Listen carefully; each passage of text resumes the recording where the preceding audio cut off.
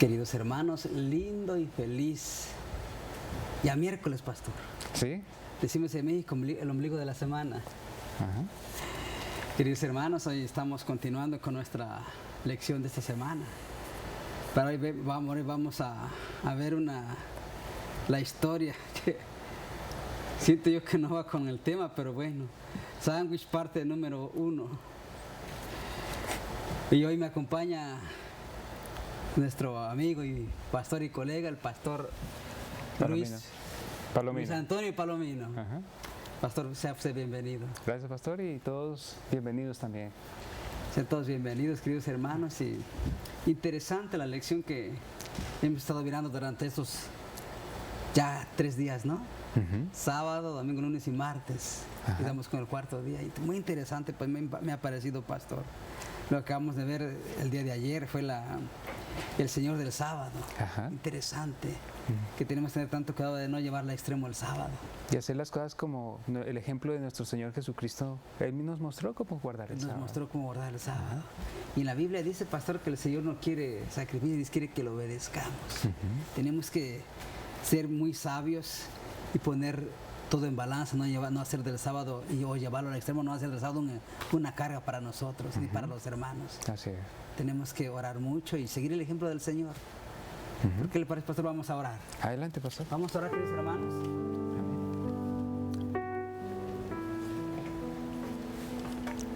Bendito Padre Santo, alabado y glorificado y bendecido sea tu nombre, Padre mío. Te damos gracias por darnos el privilegio de poder venir, Señor, y compartir tu hermosa y santa palabra con nuestra audiencia, Señor, que nos sigue a través de nuestro canal, bendito Padre mío. Gracias, Señor. Bendito Dios, te pedimos y te rogamos que nos des sabiduría. Danos gracias para poder hablar de tu palabra. Llénanos con tu Santo Espíritu, Señor. Permite que tu Santo Espíritu sea nuestro maestro, nuestro guía y nuestro ayudador. Señor, que nosotros solamente seamos el medio y el instrumento que tú uses. Pero que sea usted, Señor, a través de tu palabra, a través de tu Santo Espíritu, hablando a nuestros corazones, bendito Dios. Ayúdanos a entender, mi Señor, que en nosotros no hay nada bueno, que en nosotros no hay ningún mérito, que si estamos aquí, Señor, son por los méritos, el amor de nuestro Señor Jesucristo. A Él sea la honra, la gloria, la adoración y la alabanza por los siglos de los siglos. Amén. Amén. Amén.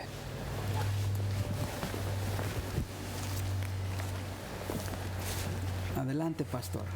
Bueno, queridos amigos, el título del tema de hoy pues es un título, como decía el pastor, un poco extraño, Historia Sándwich.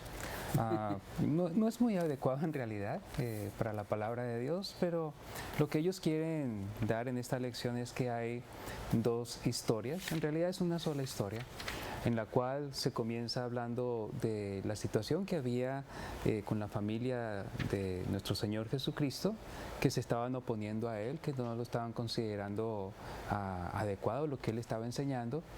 Y en la parte final del relato vuelve y aparece la familia, otra vez lo que el Señor Jesucristo dijo respecto a ellos en el error que estaban cometiendo. Pero en medio de esas 2 cosas está el eje central de lo que estaba pasando, y era que el Señor estaba siendo malentendido, acusado falsamente por parte de los fariseos, y la familia pues había creído parte de esas conclusiones falsas que ellos habían enseñado. Entonces, por eso lo mencionan así. Quizá yo llamaría este fragmento del día de hoy con otro título. Podría ser puede echar Satanás a Satanás o alguna cosa así, o la acusación contra Cristo Jesús. Bueno, vamos a leer la historia. Está allí en Marcos capítulo 3, 20 al 35. Marcos capítulo 3, 20 al 35. Mateo, Marcos. Muy bien, dice así, a partir del versículo 20. Y se juntó de nuevo tanta gente que ni siquiera podían comer pan. Y cuando lo oyeron los suyos, ¿quiénes son los suyos? los familiares de Cristo, vinieron para prenderlo porque decían, está fuera de sí. Pero los escribas que habían venido de Jerusalén decían que tenía a Beelzebú y que por el príncipe de los demonios echaba fuera los demonios. Ahora, quiero hacer una pausa aquí. Nos está diciendo que el Señor Jesucristo, primeramente, estaba echando demonios. Y los que habían venido de Jerusalén lo estaban acusando de que Él los estaba echando por Beelzebú. Beelzebú significa literalmente en el idioma original griego señor de las moscas. O sea, es como un apelativo de los demonios. Está hablando de aquel que hace el mal para engañar, espíritus caídos. En otras palabras, están diciendo que el Señor Jesucristo estaba echando espíritus inmundos por Beelzebú, o sea, por obra del demonio y no por la obra del Espíritu de Dios. Ahora, sigamos leyendo. Versículo 23. Y habiéndolos llamado, les hablaba en parábolas. ¿Cómo puede Satanás echar fuera a Satanás? Si un reino está dividido contra sí mismo, tal reino no puede permanecer. Y si una casa está dividida contra sí misma, tal casa no puede permanecer. Y si Satanás se levanta contra sí mismo y se divide, no puede permanecer, sino que ha llegado a su fin. Nadie puede entrar en la casa de un hombre fuerte y saquear sus bienes si antes no lo ata. Solamente así podrá saquear su casa. De cierto os digo que todos los pecados y blasfemias, cualquiera que sea, les serán perdonados a los hijos de los hombres. Pero el que blasfeme contra el Espíritu Santo no tiene jamás perdón, sino que es reo de juicio eterno. Es que ellos habían dicho, tiene espíritu impuro. Y ahí es cuando aparece en el versículo 31 otra vez la familia de Cristo. Entre tanto llegaron sus hermanos y su madre, María. Y quedándose afuera, enviaron a llamar a Jesús. Entonces la gente que estaba sentada alrededor de él le dijo, tu madre y tus hermanos están fuera y te buscan. Él le respondió diciendo, ¿quiénes son mi madre y mis hermanos? Y mirando a los que estaban sentados alrededor de él, dijo, aquí están mi madre y mis hermanos. Porque todo aquel que hace la voluntad de Dios, ese es mi hermano, mi hermana y mi madre. Ahora, la lección de hoy nos vamos a enfocar en la parte central de esta historia. Y mañana, Dios mediante, vamos a estudiar la parte inicial y final, que tiene relación con la familia del Señor Jesucristo. Ahora, con esto en mente, vamos a Mateo 7, porque quiero hacer una aclaración importante. ¿Saben? Algunos toman esta historia y dice que cuando alguien está sacando demonios, eso es de Dios, que no hay posibilidad de que sea del diablo. Hoy día hay miles de iglesias donde se están echando fuera demonios y se hacen espectáculos terribles donde la gente está en el piso sacudiéndose, echando espuma por la boca y pegan gritos y se sacuden y todo y dicen que eso es de Dios. Pero yo quiero leer esto para que no quede esa falsa impresión. Recuerden que una cosa es que el Señor haya sido acusado falsamente de estar echando demonios por Beelzebú, cuando habían suficientes evidencias de que Él era el Hijo de Dios, que Él era el Mesías prometido, y ellos cegaron sus ojos voluntariamente para no ver las evidencias. Es otro asunto diferente. Quiero llevarlos a Mateo capítulo 7 para que veamos esto allí. Lo que dijo el mismo Señor Jesucristo para que no seamos engañados. Mateo capítulo 7, en el versículo 21 en adelante. Recuerden que el Señor Jesucristo, cuando da la parte final, que habla de su madre y sus hermanos, Él dijo, mi madre y mis hermanos son los que hacen la voluntad de Dios. Y ese mismo concepto aparece acá. Versículo 21. No todo el que me dice, Señor, Señor, entrará en el reino de los hombres. Disculpen, no es Marcos, sino Mateo. Mateo 7, versículo 21. Mateo 7, versículo 21. No todo el que me dice, Señor, Señor, entrará en el reino de los cielos, sino el que hace la voluntad de mi Padre que está en los cielos. ¿No es lo mismo el que hace la voluntad? Muy bien. Ahora, muchos me dirán en aquel día, Señor, Señor, ¿no profetizamos en tu nombre? ¿Y en tu nombre echamos fuera demonios? ¿Y en tu nombre hicimos muchos milagros? Entonces les declararé, dice el Señor Jesús, nunca os conocí, apartados de mí, hacedores de maldad. Podemos ver aquí que si alguien dice estar echando fuera demonios, pero no hace la voluntad del Padre, es una persona que está siendo engañada por el enemigo efectivamente. En el caso del Señor Jesús no fue así. Él guardaba la ley de su Padre. Él era la ley hecha carne. Él era la palabra de Dios hecha un ser humano. Era el Hijo eterno de Dios. No había mal en él. A diferencia de los que se está mencionando aquí, que al mismo tiempo que no hacen la voluntad del Padre de Dios, que está en los cielos, al mismo tiempo hacen milagros y echan fuera demonios. Ahora, cuando se habla de hacer la voluntad del Padre, ¿qué es esto? Bueno, la voluntad del Padre está escrita en su palabra. Lo que sea revelación de Dios es para nosotros y para nuestros hijos. En Salmo 48 nos dice que el hacer tu voluntad, Dios mío, me ha agradado, tu ley está en medio de mi corazón. Así que la voluntad de Dios es tener la ley de Dios en nuestros corazones.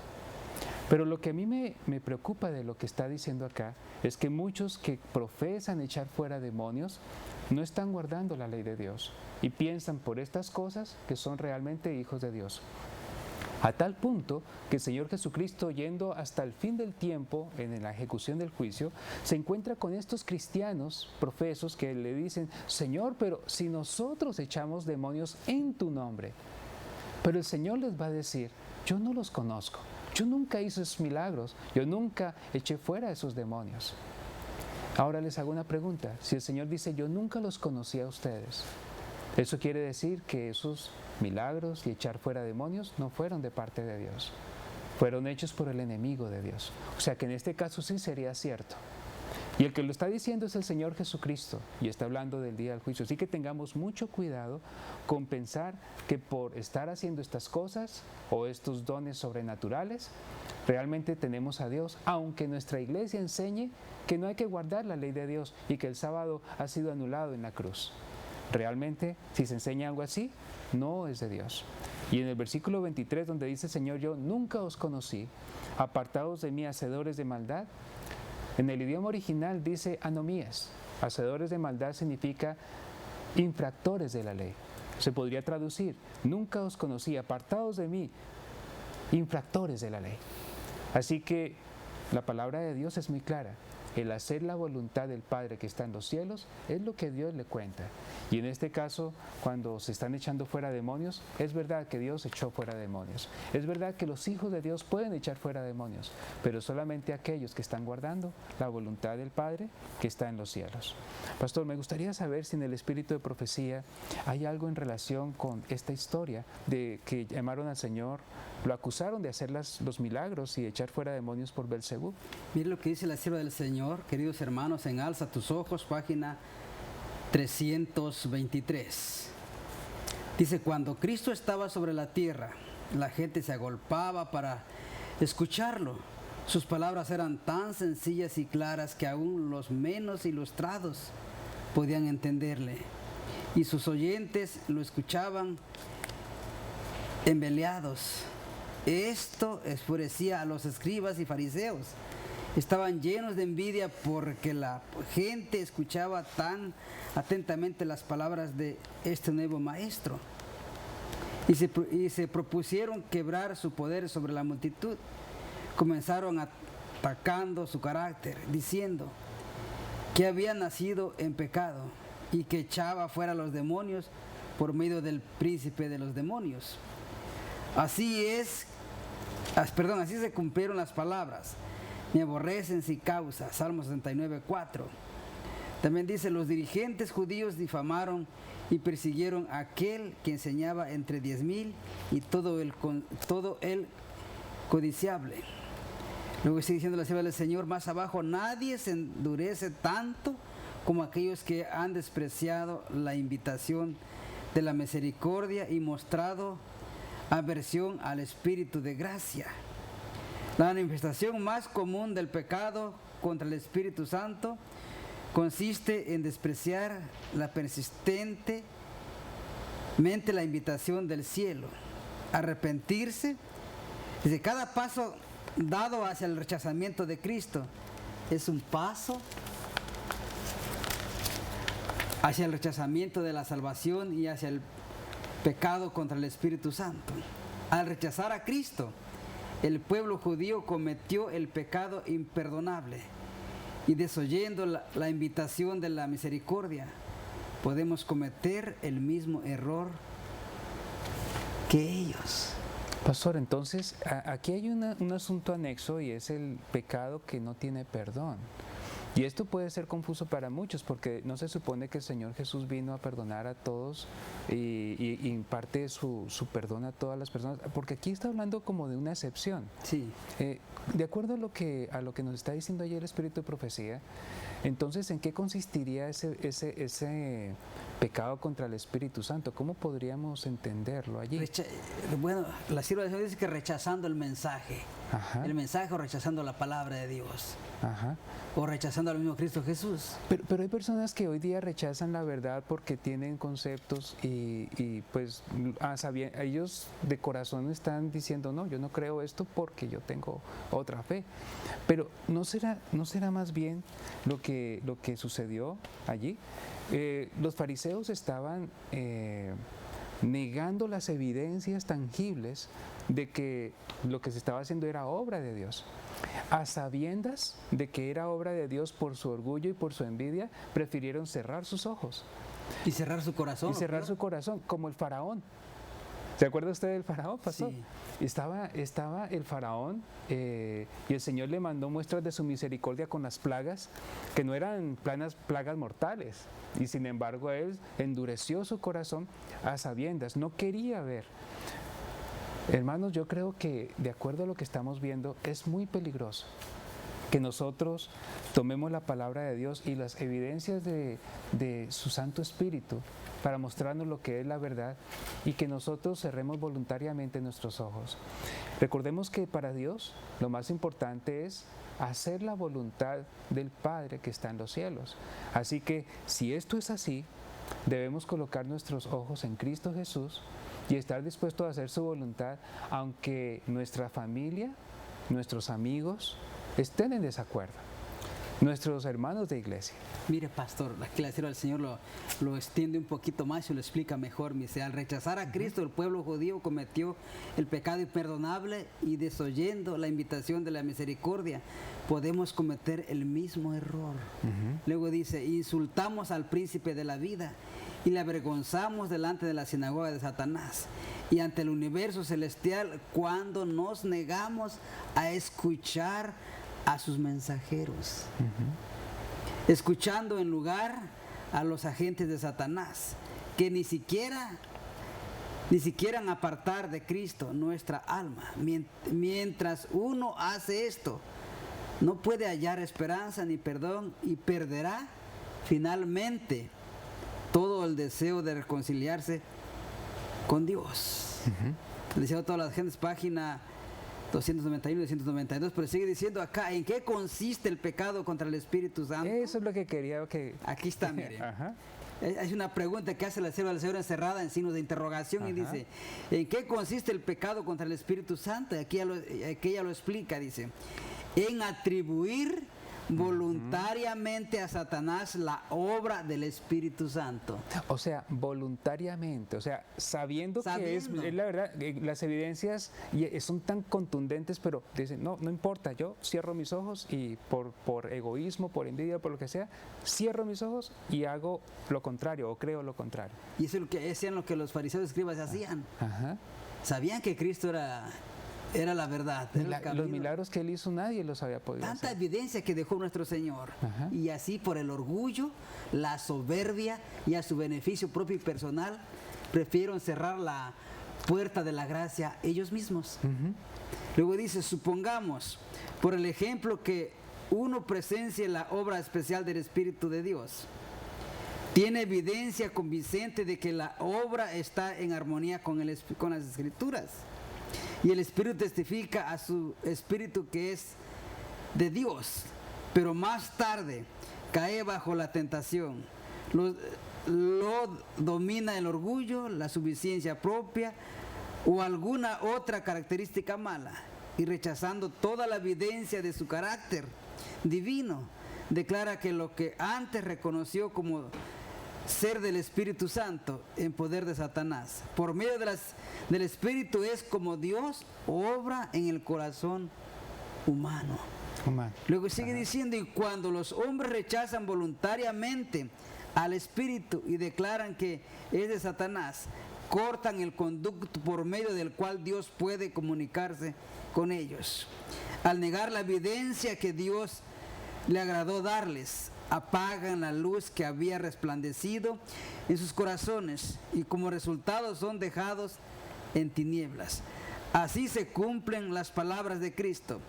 Mira pues, si la lumbre que en ti hay es tinieblas, Lucas 11:35, por un tiempo las personas que han cometido este pecado pueden aparentar ser hijos de Dios, pero cuando se presentan circunstancias que han de desarrollar el carácter y manifestar qué clase de espíritu los posee, se descubrirá que están en el terreno del enemigo.